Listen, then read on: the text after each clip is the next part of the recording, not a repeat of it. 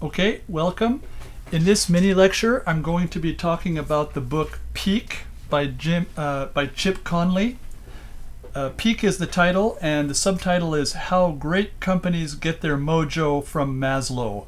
How companies can use Maslow's ideas for that kind of special edge or special something. So, a little bit of background on Chip Conley. He was born in 1960.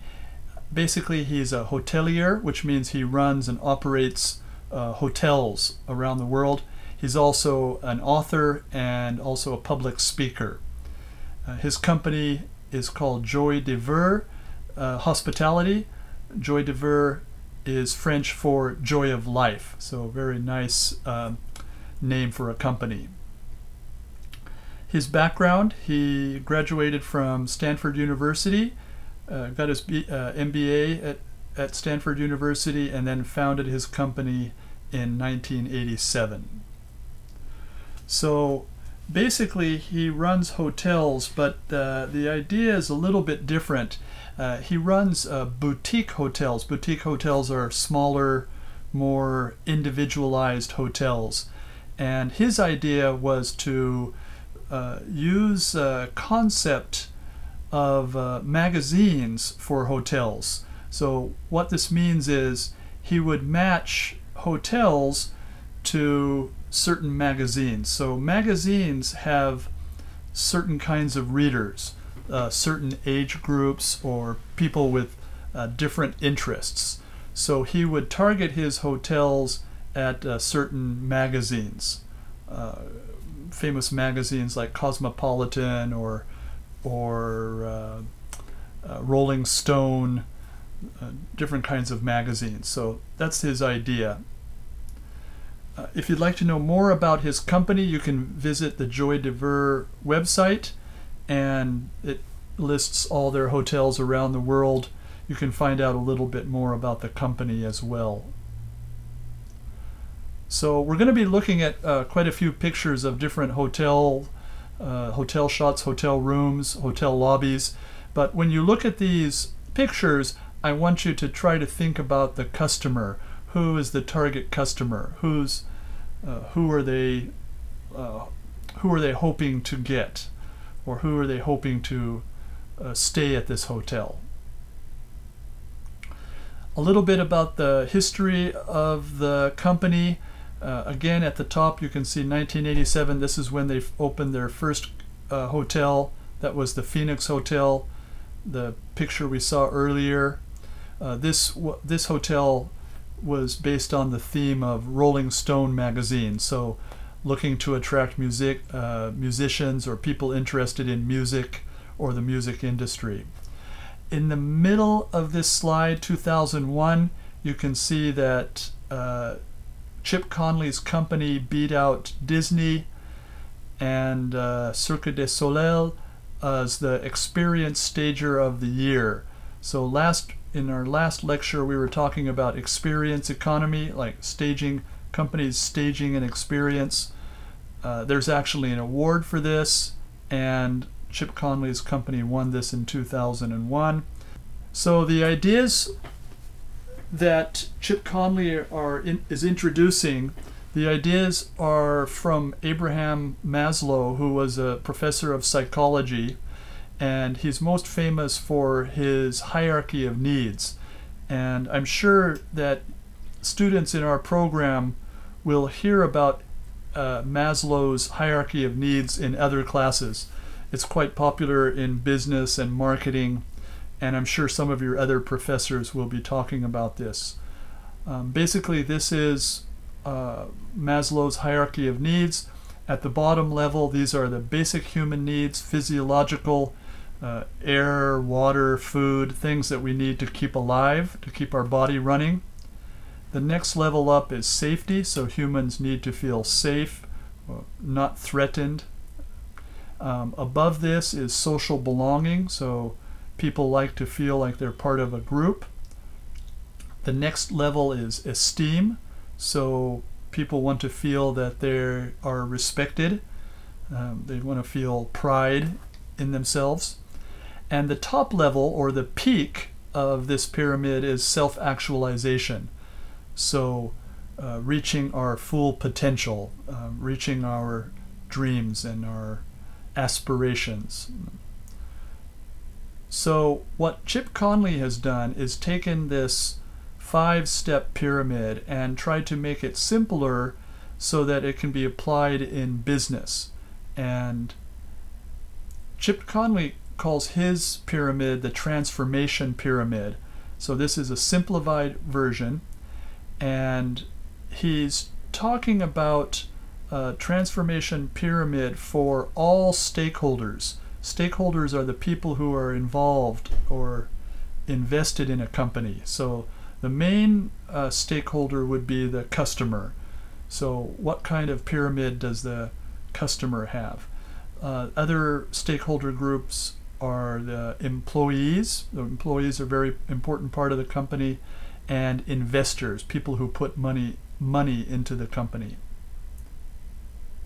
So at the base or the bottom of the transformation period is survival, the middle part is success, and the top part is transformation. So this is the basic transformation pyramid, and then he goes one step further and describes the transformation period for each stakeholder group.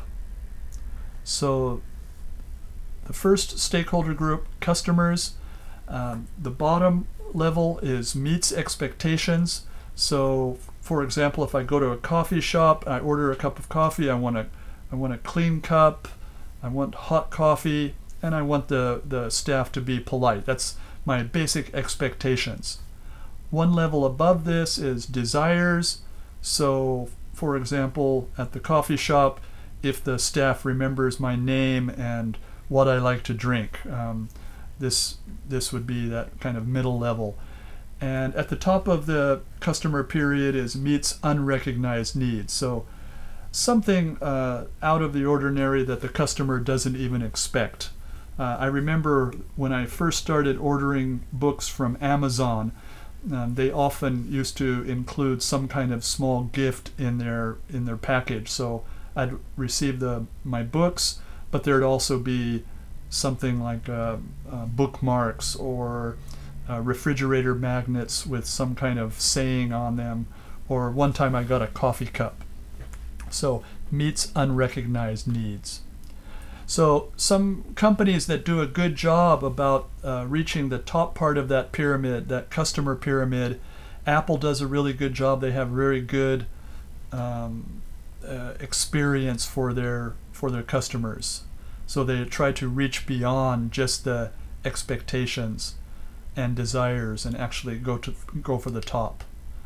Another company that does has real good relations with their customers is Harley Davidson. They have a very strong users group. So once you buy a Harley Davidson, it's not just you buy their product, but actually you become part of the Harley Davidson family. Here we have a future Harley Davidson owner. So the next pyramid is the employee pyramid. Again, very important stakeholder group. At the bottom, the survival part of the pyramid is money. This is not just wage or salary, but this also includes things like dental, medical benefits, the kind of compensation package or money package.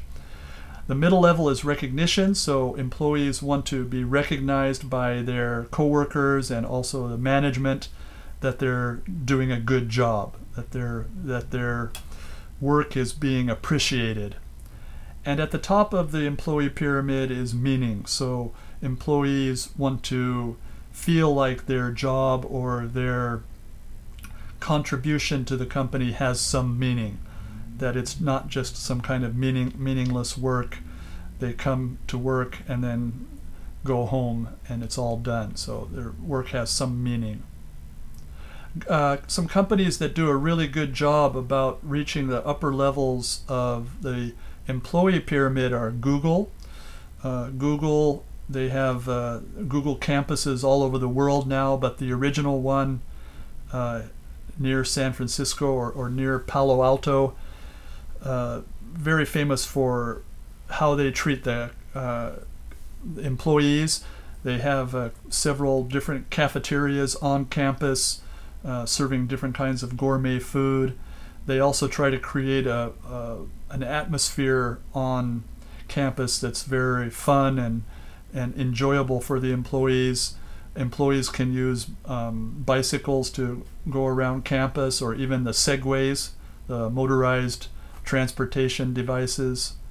Also, there's a policy at Google where employees can spend a certain amount of their working time on private projects. I believe it's about 30%. So they can spend 30% of their time working on their own individual project. So this shows that the company really respects them and that their work has meaning. So that upper part of the pyramid. The last stakeholder group is the investors. These are the people who put money into the company. The base of the pyramid is transaction alignment, so that the expectations, so if I'm giving money to the company, I expect the company to do the best they can to make a profit and to give me some kind of return or profit on my investment. So that's the basic level. Above that is the relationship alignment. So this is where the investor feels part of the company or part of the group, so that it's they don't feel like they're just pouring money into something, but actually that they're part of something bigger. They're part of this group. At the top of the investor pyramid is legacy.